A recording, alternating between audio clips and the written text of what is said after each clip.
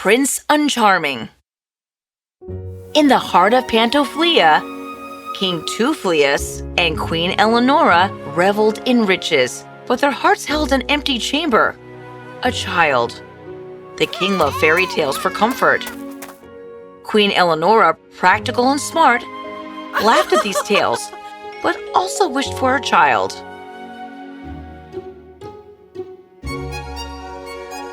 Eventually, joy bloomed as a baby boy arrived. Even the skeptical queen whispered, "What a splendid little fellow!" Eleonora, about the naming ceremony, did you invite the fairies? Darling fairies, childhood tales don't dictate royal proceedings. They've been guardians to our ancestors. Enough, dear. We raised Prince Prigio in the realm of reality. As Queen Eleonora showered Prince Prigio with affection, an ethereal rustling signaled the uninvited fairies' arrival.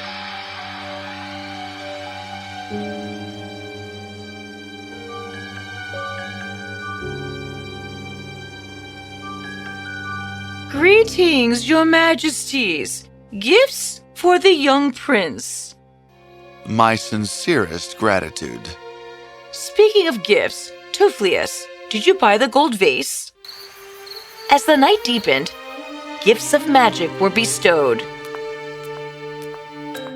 A purse that never empties, my little one. 7-league boots to traverse great distances. A cap of darkness, rendering you invisible. And a wishing cap to fulfill your desires. A travel carpet to carry you wherever you wish to be. Timeless beauty, my prince. The courage to face any challenge. And the charm of luck, my dear.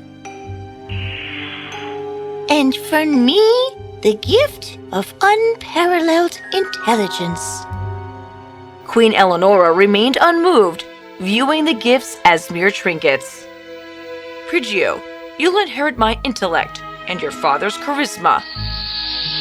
As the fairies receded, they left gifts unacknowledged and a prophecy unsaid. As Prigio blossomed into youth, his intellect often got the better of him. He was quick to dispute with his nurse even before learning to tie shoelaces. Why wash? The soap stings. It's for cleanliness, dear prince. Understood. I'll comply. His audacity didn't stop at the nurse. He dared challenge the king. Father, why feast on poached eggs while the kingdom's hungry? Mind your tone, boy. Remember your place. That old fairy's curse. It's not rebellion, it's just my nature. Prigio's know-it-all attitude didn't win hearts. Fun fact, you can whip up pudding from turnip tops and cottage cheese from leftover milk. Chancellor of the Treasury, solve this sum. An astronomer royal, the Earth isn't the universe's center. The court ladies, they rolled their eyes. Him? I'd rather not. Hey, have you read this book? No. Ignorant.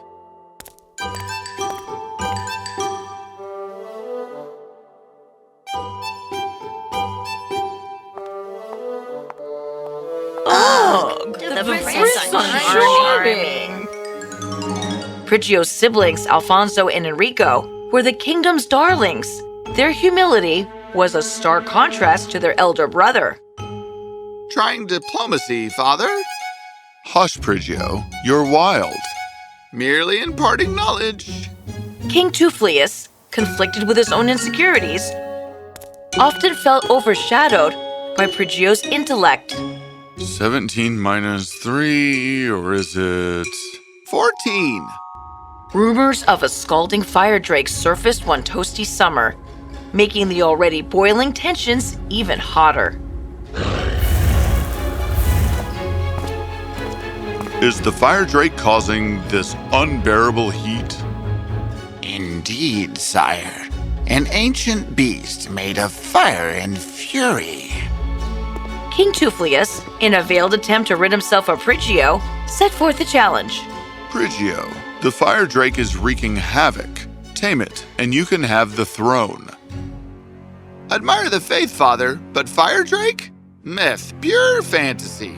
Wily Prigio saw through the plot and cheekily nominated Alfonso. Alfonso is young and brave. Perfect for the task, right, Enrico? Sure, Prigio. Absolutely. Imagine believing in fire drakes. It's practically a sauna out there.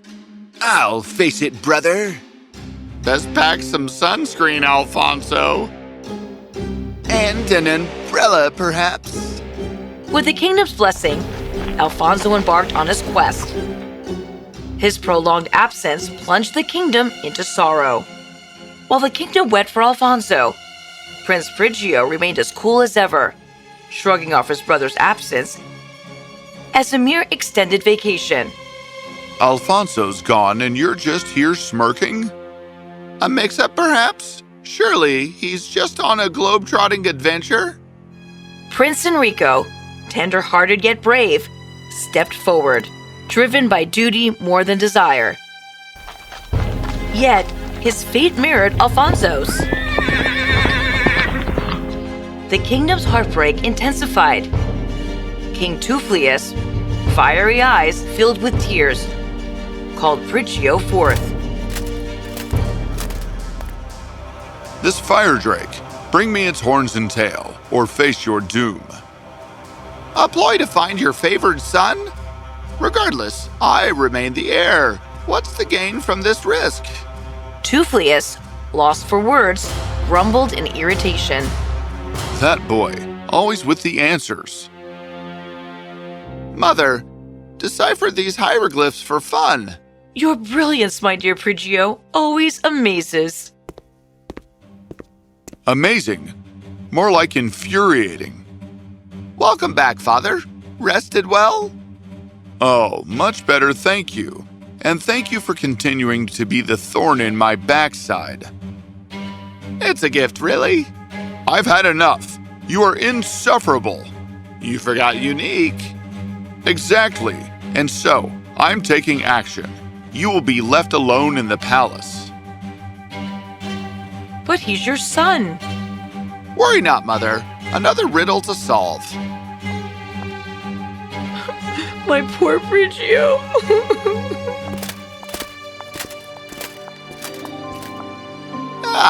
Finally some peace and quiet.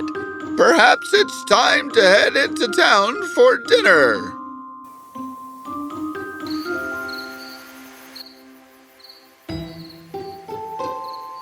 What in the world?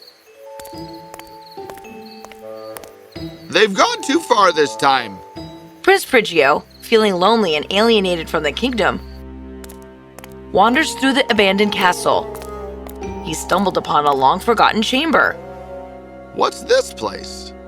Inside the chamber, he discovers an array of dusty, forgotten objects. The fairy gifts? Hidden away? One by one, he rediscovered their powers. Well, it's time for some fun. Prigio donned the cap of darkness, rendering himself invisible.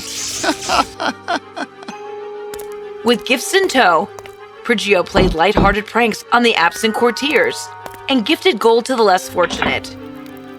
Did you hear that? Footsteps, but no one's there.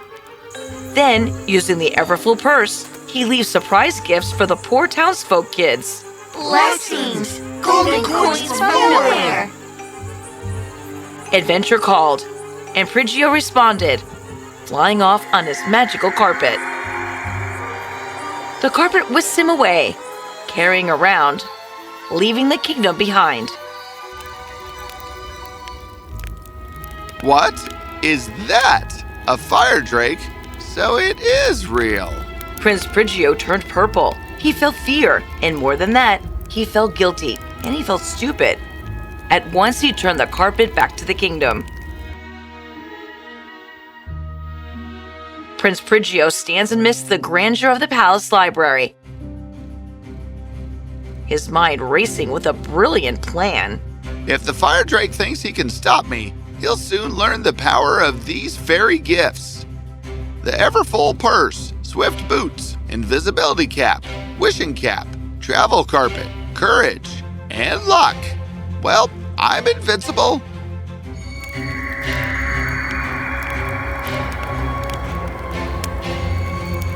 Time to put these gifts to good use.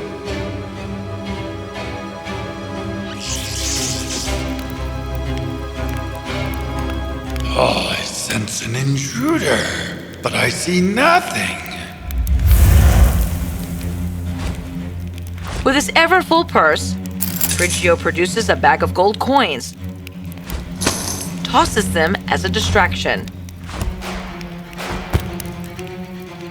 Fetch, you fiery menace.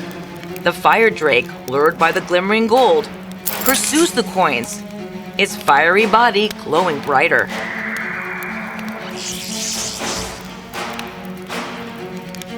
It's me.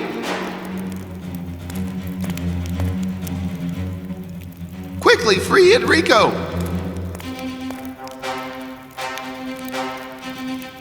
Just then, Fire Drake catches whiff of something fishy. He turns around, and they're busted. There you are. Not as clever as I thought. I can see you, you know. You are finished. You haven't beaten me. I know you can see me. Just as the Fire Drake gets angrier and readies to breathe fire and roast the three brothers, the prince wears his wishing cap. Breathe me some bubbles. Enrico and Alfonso brace for impact, but the Fire Drake breathes a burst of soap bubbles. But did you see that coming? The Fire Drake, deceived and outwitted, roars in frustration as Prince Prigio makes his triumphant escape with his brothers. My son, you've done it. With the Fire Drake neutralized, Pantoflia rejoices in the cleverness and bravery of Prince Prigio, the rightful heir. The clever prince wins everyone's respect back. The king declares Prigio the heir to the throne, and everyone unanimously agrees. Indeed, Father. Cleverness and a bit of magic can conquer even the fiercest of challenges. And with that, Pantoflias and its people lived happily ever after.